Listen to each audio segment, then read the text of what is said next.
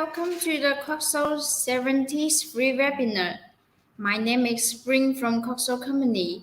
Today we are honored to invite Dr. Bogi from Bulgaria to give us the presentation. His topic is invasive cervical resorption, some source and case reports. It will be useful in the clinic practice. Dr. Bogi is the assistant professor at the Faculty of Dental Medicine, Plovdiv. Also, Dr. Bogi, he gave some offline lecture for COXO with our local dealer, ATDen. And before the course, let me tell you how to get the e-certificate. Because in the course we will issue the e-certificate.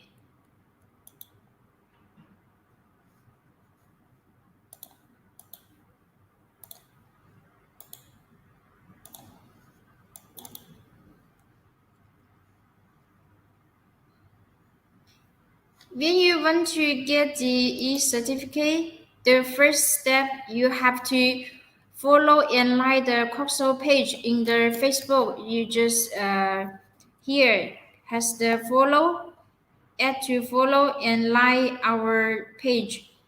And the second step,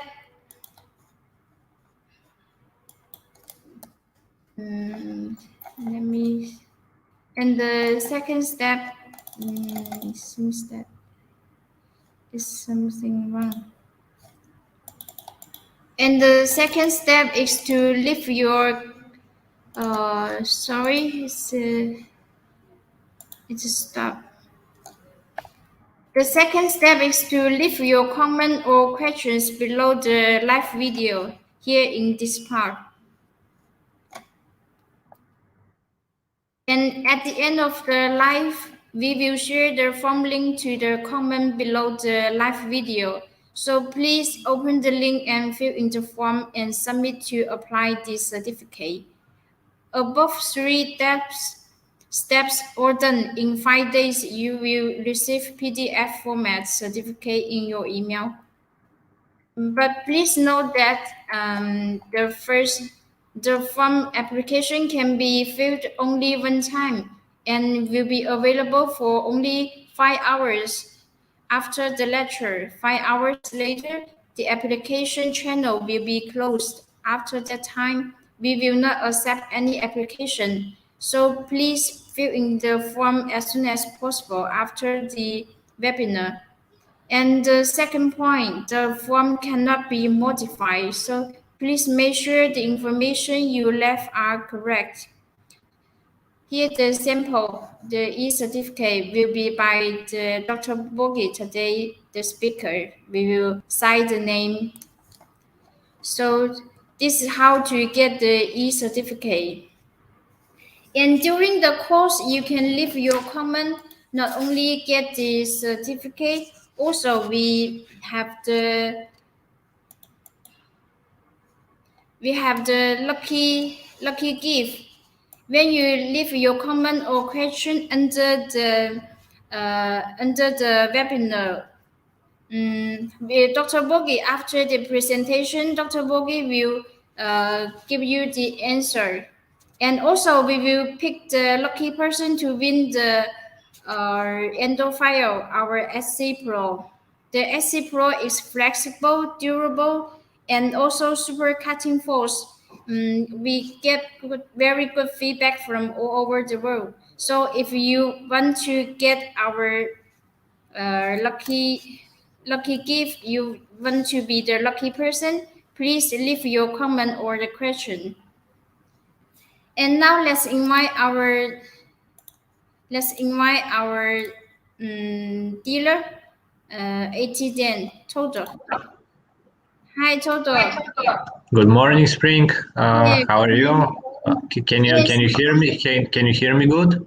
Yes, I hear you good. And can you introduce your company? Your company, Yes. ATDen, is a new. We can say a new company, but full of energy. So you tell us something. Yes, thank you for your kind words. My name is Dr. Todor Tunce from Plovdiv, Bulgaria, and I'm the one of the co-founders of AT-Dent, a company based in Plovdiv, Bulgaria. It's a small country in Europe. Um, we are the local and exclusive dealers of COXO in Bulgaria, and another part of our activity is organizing events and hands-on courses in Bulgaria. I would like to thank COXO again for your kind invitation in your webinars with us and Dr. Bogi. Dr. Bogi is a good friend of us, and also we make a lot of hands-on courses with him in Bulgaria. He's assistant professor in our Plovdiv Medical University. I'm sure you love his lecture. He is amazing. Yes, and you have arranged many the local offline the lecture with many famous professors. Yeah, So yeah, yes, yes, that's correct. Maybe for the last 3 years, we have made the best endodontic events here in Bulgaria. We have invited Arnaldo Castellucci, Giuseppe Cantatore, the founder of Stile Italiano, Fabio Gorni, and last week we had with the famous Dr. Yoshi Tereuchi from Japan. And except these live events with foreign speakers, we make with Dr. Bogi, our local here in Bulgaria, hands-on courses with him all around Bulgaria. yes. So now let's see the video you have Yes, made the yes, lectures. I have sent you a video where you Yeah. can show our company and our activity. Okay. Thank you.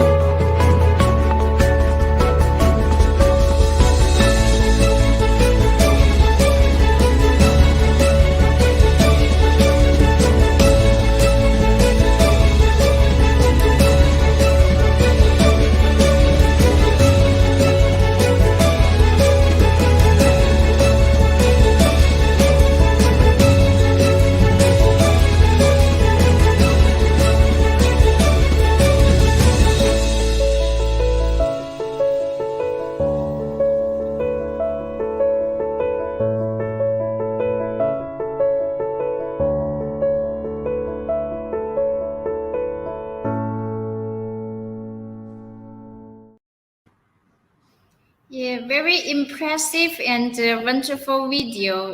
I Yes. remember this is the first time you made a very big event in Bulgaria. Yes, it's correct. In fact, that was our first event we made.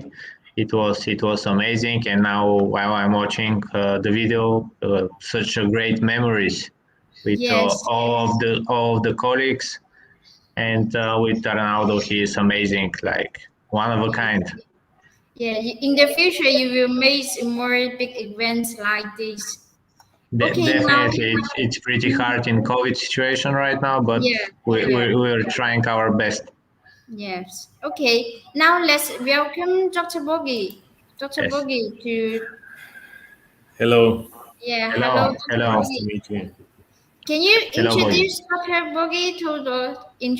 Dr. Bogi to us? Yes, of course. As I told you, he's a good friend of us, and he is the guy who makes our hands-on courses, making them true in Bulgaria. He's amazing speaker. He's very good professional, assistant professor in Medical University Plovdiv. I'm sure you love his lecture because he's always trying to give his practical tips and tricks, which is very important for the colleagues, not only theoretical part, but mostly practical. Yes, Dr. Bogi. Thank you very much. Okay, so let's start the lecture, Dr. Bogi. Okay, Okay, you share your screen.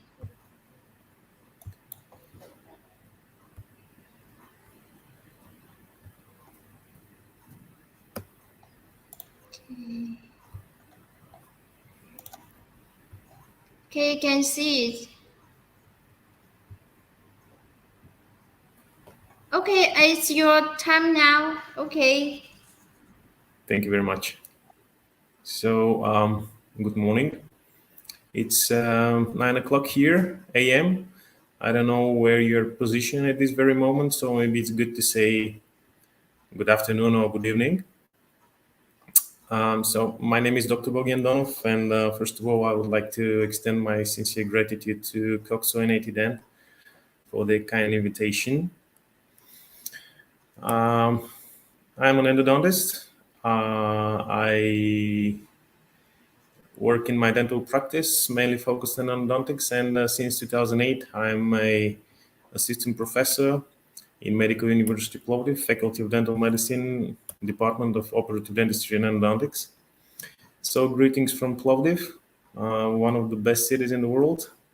If in some reason you decide to visit us, you can find us here on the world map, or just type the following coordinates on GPS devices. We'll be very happy to see you. So for today, we'll take a glance at the root resorptions. The plan for today's presentation is to take a look at the classification, then to go through some etiology and histopathology, and then a treatment plan depicted in some clinical cases. All of the clinical cases you will see later on are treated and followed by me at my dental practice, and I have no commercial interest in any of the products you may see in this presentation. So basically, root resorptions may appear in different areas of the root. Usually, the most common root resorptions are localized in the periapical area, and they may be a result of diseases with endodontic origin or during the orthodontic treatment, as you will see later on. Root resorptions may appear in the lateral area as well. They can be also a result of endodontic pathology, but they appear during the orthodontic treatment, also known as the surface replacement resorptions. And we can find the resorptions into the root canal, internal resorptions. They're usually due to a trauma, and we have invasive cervical resorptions as well. So classification, most common classification of the resorptions is given by Hedersey. He classifies the invasive cervical resorptions in 4 classes: class 1, class 2, class 3, and class 4 as well. So class 1 is a small cervical lesion localized in a small area of the dentin. Then class 2 is a deep dentin, a deep lesion, in the dentin, close to the coronal pulp. Class 3 is extended lesion which penetrates deeper in the root dentin, and class 4 is a resorption area which penetrates more than 1/2 of the root. So classification by Anderson, he classifies the resorptions as follows: internal resorption, inflammatory and replacement; external resorption, which may be surface resorption, inflammatory and replacement resorptions. And there is a classification of trope by trope. He classifies the resorptions like as self-limiting resorption and progressive resorption. So etiology. There are so many etiological factors which may lead to root resorptions, but the most common are surgery, orthodontic treatment, trauma, and trauma may be an acute or chronic trauma or occlusal overload, very common nowadays because of the bruxism and bruxmania, clenching teeth. And we have as well a iatrogenic trauma due to retraction and clamping, for example. Intracoronal bleaching is a common etiological factor when the endodontic cavity is not well isolated and the bleaching agent penetrates through the cervical area.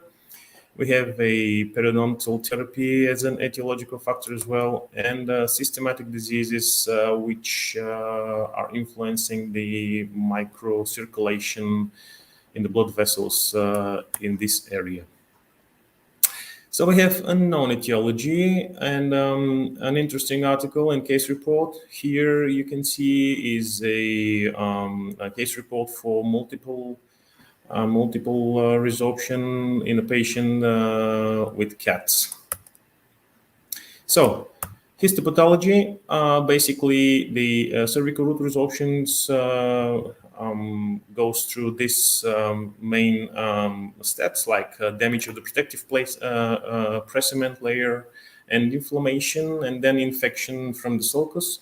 So we have hypoxia and bacteria followed by this hypoxia, and the process is initiated. Then the polynuclear clastic cells are activated. They are odontoclasts, and they start resorbing the root dentin. Then we have a fibrovascular tissue which invades the dentin, and the resorption progression deeper in the dentin.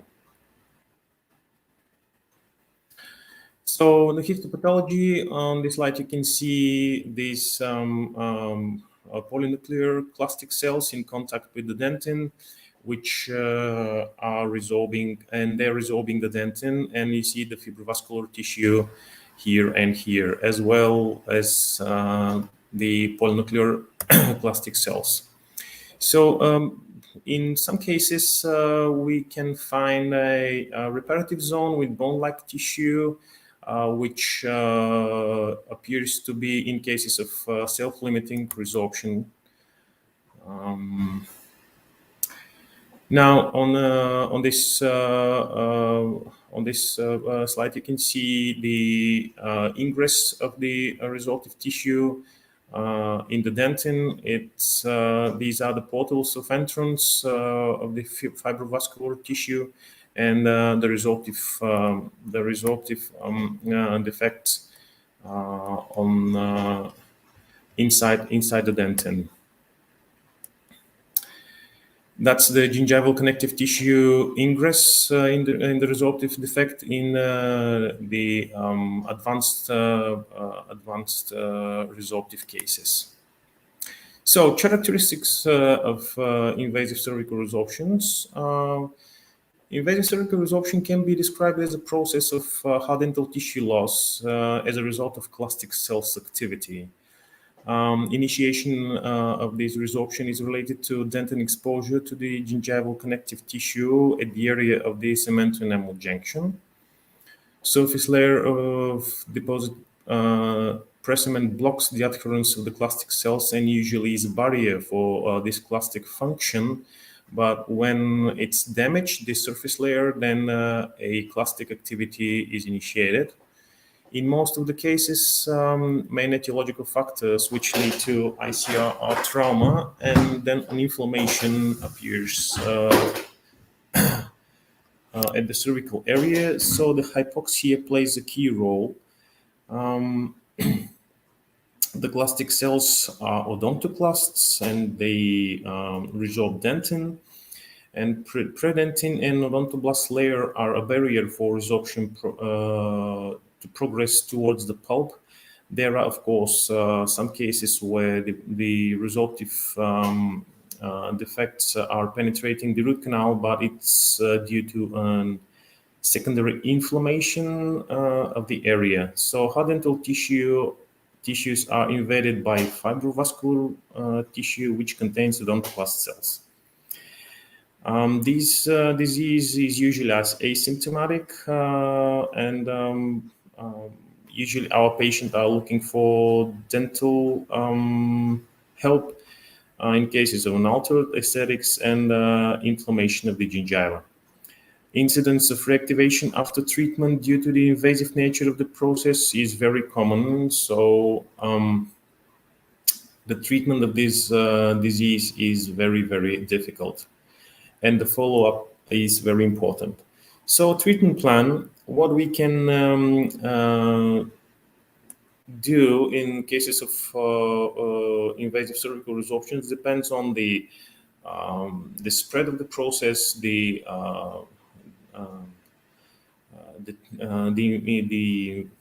involved tissues, the access, and so on. So usually we can do three main approaches: conservative approach, immediate extraction, and follow-up. Basically, conservative approach includes root canal treatment, treating of the resorptive tissue, excavation of the resorptive tissue, and obturation. And basically, that's the conservative approach, which needs to be followed up after the treatment. So follow-up and extraction when the tooth becomes symptomatic is a common treatment approach in cases of advanced resorption, like class 3 and class 4, or in cases where the access to the resorption is difficult. So this approach usually means that we have to regularly check the patient and to decide what to do. So the second one is immediate extraction. Immediate extraction is a contemporary approach because of the implant, so we can remove the resorbed tooth and then to replace the tooth with an implant. So it is important to know that, and to mention here that basically the internal root, the invasive root resorption,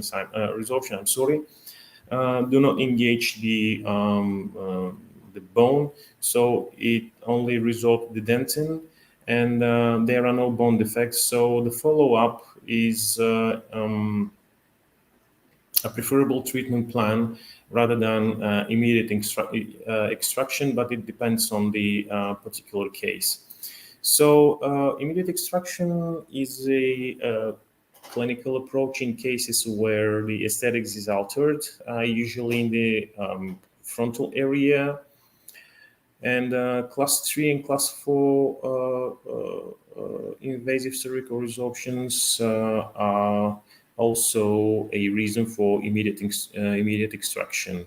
Tooth position is an important because if it is in the area where the invasive cervical resorption is difficult to be conservatively approached, then an immediate extraction is the treatment plan. So conservative approach. What means conservative approach? Basically, Hedersey described the conservative approach as follows: excavation of the resorptive tissue using carbide burrs with the low RPMs, TCA ACE at 90% to treat the lesion, and repeating the protocol until there are no visible signs of resorptive tissue. Basically, he determines the success rate up to 100% in class 1 and class 2, and in class 3, 77 to 78% possible positive outcome, and class 4, it's only 12 to 13% possible positive outcome.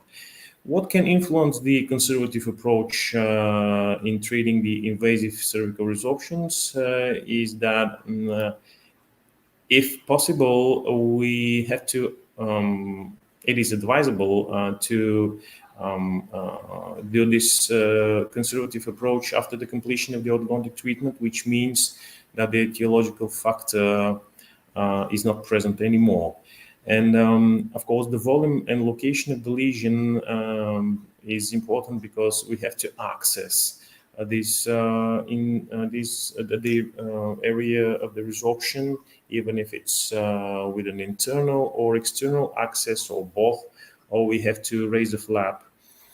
The periodontal integrity is of a great importance for the post-operative period and the functioning of the treated tooth, and these are very important factors to be taken on mind. So, one of the most common etiological factors for invasive cervical resorptions and root resorptions at all is a orthodontic treatment. So what we can find during this treatment, so it's like a surface resorption, which is self-limiting, and the effects are only on the presament. There is no infection, and we are expecting healing after the completion of the orthodontic treatment. There are two kinds of reparations, like cement repair or ankylosis. The second one is as a result of a pressure during the treatment and is defined as a sterile resorption. Cases after the removal of the appliances, after the removal of the appliances and resulting in shortening of the root. And of course, the progressive root resorption, which is the case of invasive root resorption. Now, I will show you a clinical case which I had to treat in my practice a long time ago of a patient with an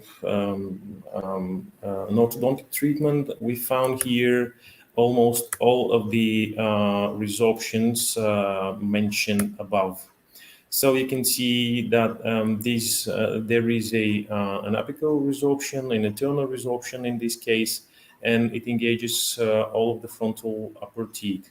So we have to mention here that it's not only the orthodontic treatment, but the surgery plays its role here because of these two impacted canines, and that's the case when the patient got to my office searching for my treatment. You see a sinus tract here above the left upper canine.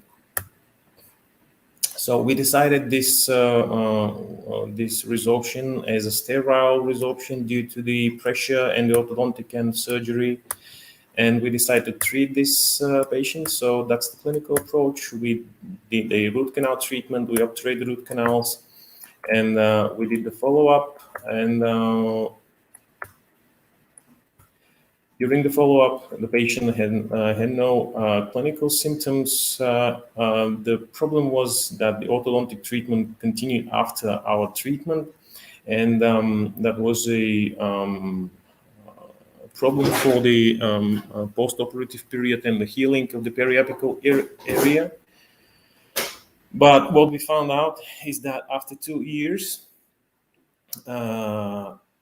when the appliances were removed, then we see a total healing of the area, and we have a bone and periodontal integrity in this particular case.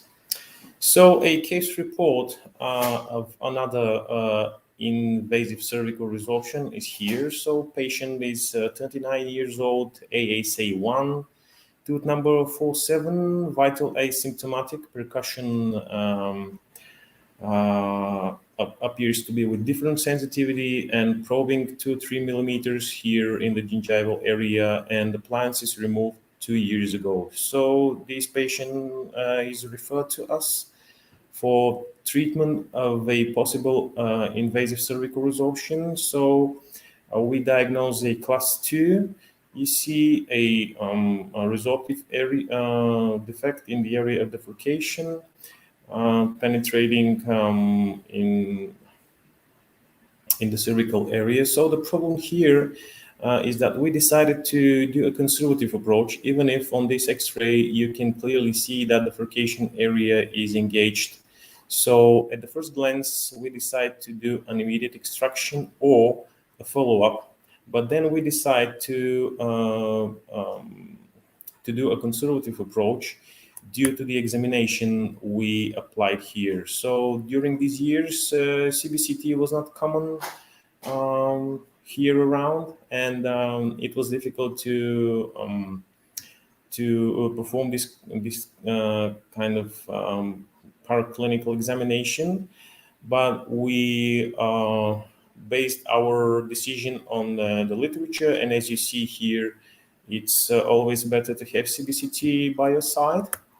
So what we see on what we found out on the CBCT is that there is a furcation defect here, but even if there is a furcation defect, we can count on the area where we have a dentinal and cementum breach in between these distal and mesial roots.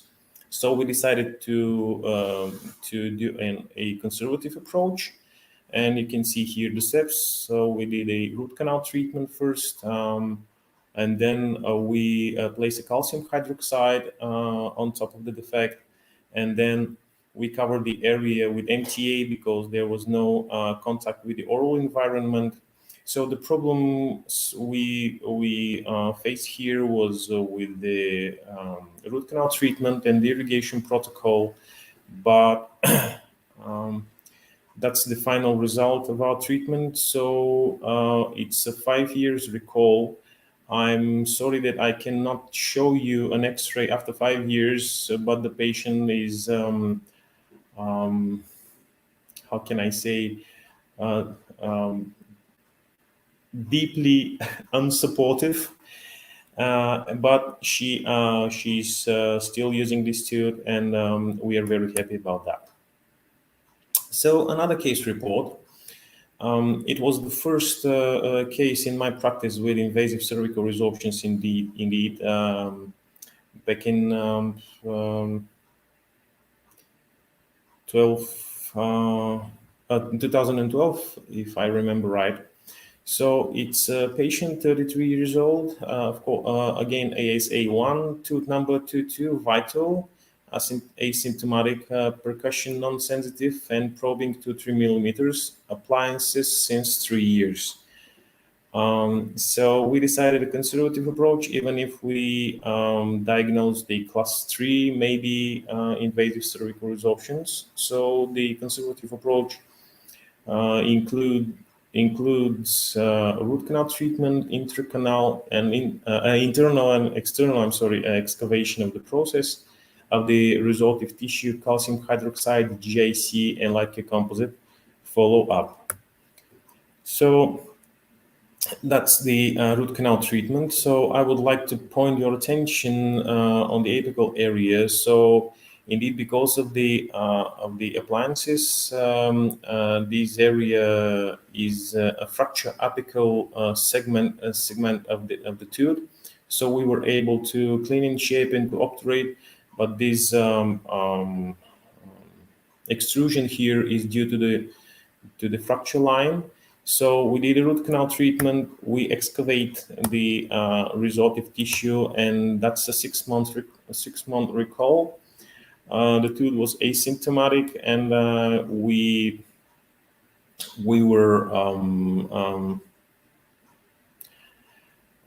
following this case for the next 6 months, asking the orthodontist to complete the orthodontic treatment as soon as possible. But it was impossible, so that is why we found out after 1 year a huge periodontal lesion, and the tooth was movable even if it was part of the appliances. So that is why we decided to extract the tooth. That's the intraoral situation after 6 months, and that's the extracted tooth. So what I would like to point on is that this tooth was extracted not because of the resorption of the root resorption, but and the invasive cervical resorption, but due to the periodontal disease. So you can see here the portal of entrance of this resorptive tissue, which can be found deeper in the root. So that's the area of the good aperture, and it's not extruded outside of the root, but indeed the apical segment I showed you on the previous slide is still in the bone. So after 9 months, we needed to extract the tooth, and here I would like to show you the portals of entrance. You see everywhere, even in the apical area, you can see the entrance of the resorptive tissue. So that's the 1 year recall after the extraction, and you can still hear the apical segment of the extracted tooth. So another case report. In this case, we decided to follow up, and because the resorptive process was diagnosed as class 4. You see the deep penetration inside the bone, and in this case, we cannot do a conservative approach, and because it's a canine, it is difficult to decide do we have to remove this canine or we shall wait. So we decided to wait and see. You see the intraoral situation, and this tooth is functional. We are taking care of the periodontal health, and we decided to follow up rather than to extract this tooth and replace it with an implant. And another case report of resorption and replacement. So that's an invasive cervical resorption, which almost resolved all the root area of this tooth. That's a central incisor, but you can see here that the root canal is still presented. That's the predentin layer, and the root canal is here. There are no symptoms, so almost all the dentin is gone, but the aesthetics is not altered, and this patient is asymptomatic. So we decided to wait and see, and that what appears to be after a few years of the diagnosing a invasive cervical resorption class 4. And another interesting case report I would like to show you, it's a patient from another town close to Plovdiv. She was referred to me for treating tooth number 6. So appliances were removed 1.5 years before she came to me. So the diagnosis invasive cervical resorption.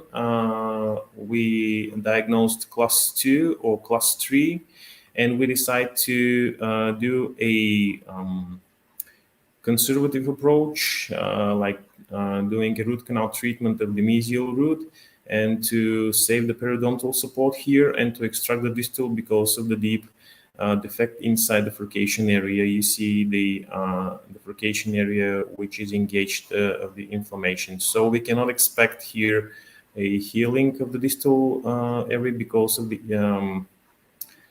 inflammation of the furcation. So we did a root canal treatment of the mesial roots and send the extracted the distal root and send the patient back home, asking to visit us after 2 or 3 weeks.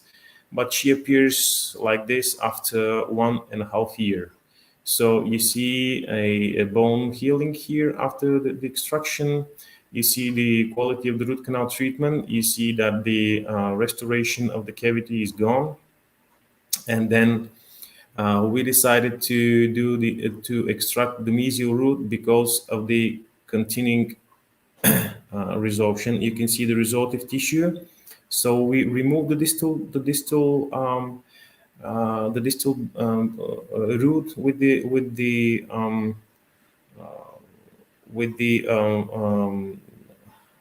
resorptive tissue, but the resorption continues and almost eats all of this cervical area of the mesial root.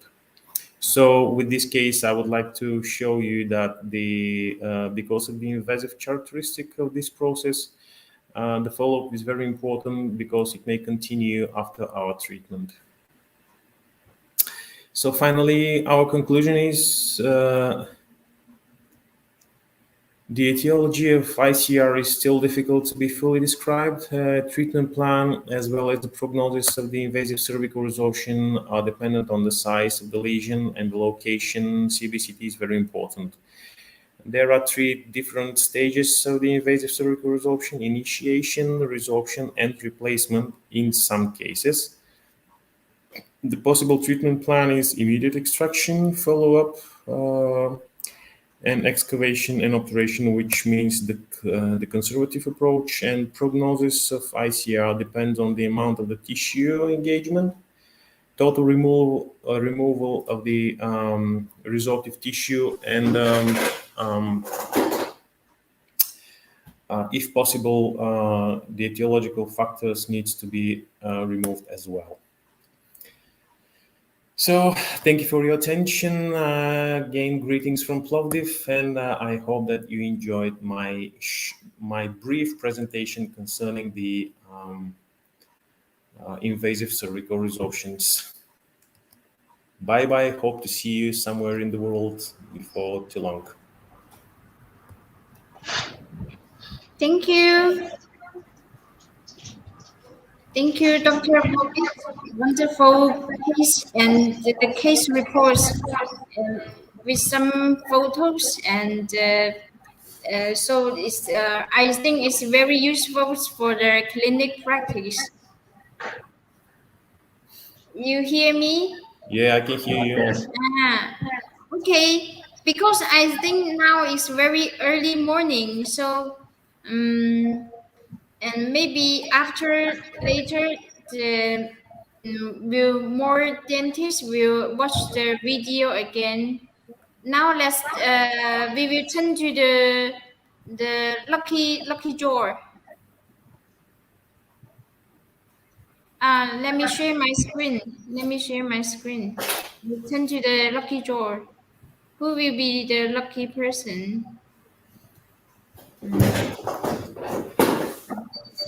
Can you see my screen? Yes, we can see your screen. Yes. Here now, I select our today's topic and get comment. Okay, let's. Where? Oh, let's start. Okay.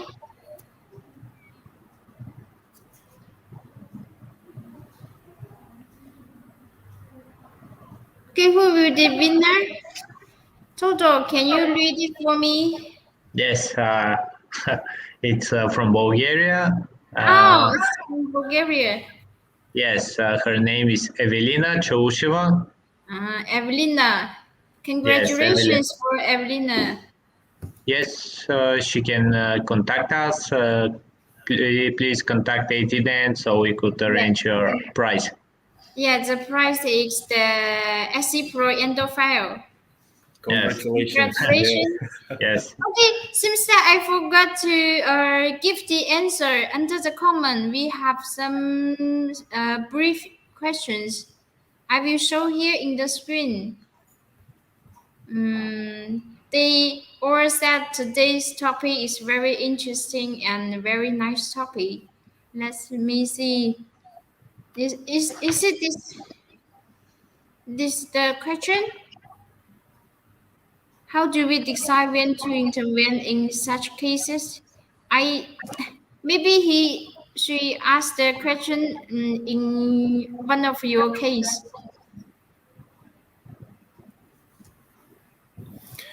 So, as I understand, there is a question: how do we decide when to intervene in such cases when discovered accidentally, and how to convey the patient to take treatment? So, basically, it depends on the clinical case, of course. Shall we intervene or shall we follow up the case? Basically, if the tooth is in the area of where the aesthetics may be altered, or if a clinical symptoms appears to be because of the inflammation, then we shall intervene. So the decision is very difficult because um, the one at the first place we can approach surgically to extract the tooth and replace it with implant. But of course, we can offer a conservative approach if there is a good access to the resulted area, and we can gain success, or at least we can postpone the extraction another for another period, so after a few years. But it depends on the clinical case and the examination. Okay, thank you for the answer. And there's another one.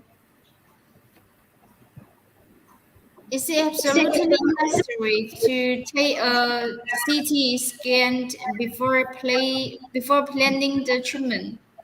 Uh, Basically, CBCT is not a like mandatory to be taken, but it gives you more information concerning the case. So, if we want to be fully aware of the spread of the process, then we can do a CBCT. But basically, if we diagnose a deep penetration um, of the resorption, then we shall decide something else rather than conservative approach. Because the conservative approach is a discussable approach, because we don't know if we can access all the resorptive area, as you saw on the case of the upper lateral incisor. So basically, CBCT is something very useful and helpful. And if you can do it, then it's better to do it. But if you decide not to do it, it's not a problem in these cases. Okay, I can also understand. And now the last questions. How you do a differential diagnosis between the cervical resorption and the molar hyperhaussite? Can you answer it? Let me take a look at the question. I'm sorry. Oh.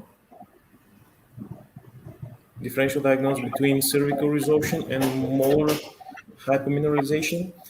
So basically, it depends on the etiology. We can base our diagnosis on the etiology. So if some of the etiological factors mentioned above are present, then we shall think about a cervical resorption.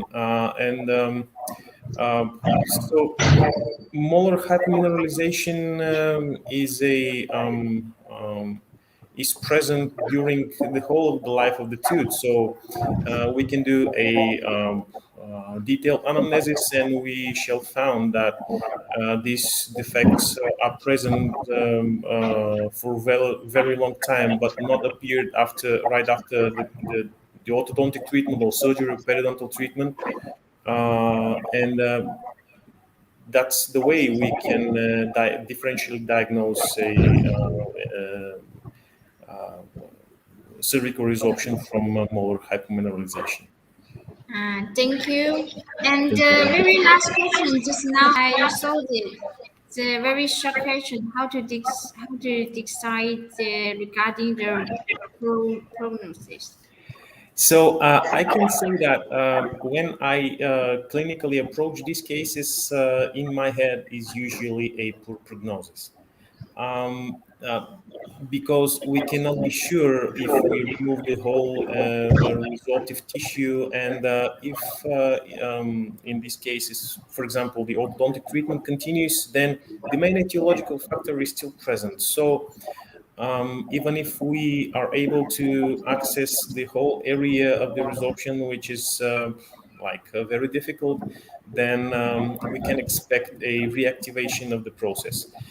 There, in the literature, some authors mention that we can find invasive cervical resorption up to 30 years after the removal of the appliances. So, can you imagine for how long do we need to follow up this process? So, basically, if we point on the clinical symptoms, and if the tooth is asymptomatic and we have no aesthetics complaints, and we are controlling the inflammation, the gingiva, so the inflammatory process, then we can just follow up the process rather than to extract the tooth and replace it with implants, or to do a conservative approach. But if we find the initial lesions like class 1 or even class 2, as you saw in the presentation, then a conservative approach may stop the process, or just um, or just to postpone the engagement of other areas of the dentin. Okay, very detailed answers. Thank you, Dr. Thank you Bogi, very and much. many thanks for you in the comment. Thanks for your lecture. Very great lecture. And okay, that's all for today's lecture. I Uh, I would I'm sorry. I would like to thank all of you for your attendance, for your kind invitation, and I'm very happy. And today is the 1st of December, the World AIDS Day. So a virus to alter human contacts, and now we have another one. So what an evolution! I hope next time to see you in person, and have a great day, great night, and whatever you are in the world. And hope to see you before too long. yes, we hope to see you also in Bulgaria. Also, welcome you to China. Welcome to China and visit COXO company. Thank you And very much. if you have another topic, maybe next time we will invite you again to our webinar, COXO webinar again. I'm If looking for you, it. yeah, if I'm you looking have for it. a good topic, please, we will invite you. And total later you will give the lucky gift to the lucky person. And later, okay. Yes, I want to thank Bogi also for the nice presentation and lecture. It was great. So the lucky person, Evelyn, could contact us so we could arrange her present price. Okay. Thank you, Dr. Boogie. Again, thank you again. Thank you again for your great lecture and your time. You are work very hard in the university, and now for our webinar, you have some other course also. We are looking forward to have more cooperation in the future. Thank you very much. Okay, thank you. See you. Have a nice day. Bye bye. Bye bye. Okay, that's all for today's webinar. And next week will be the professor from Argentina. So please stay tuned. See you next time.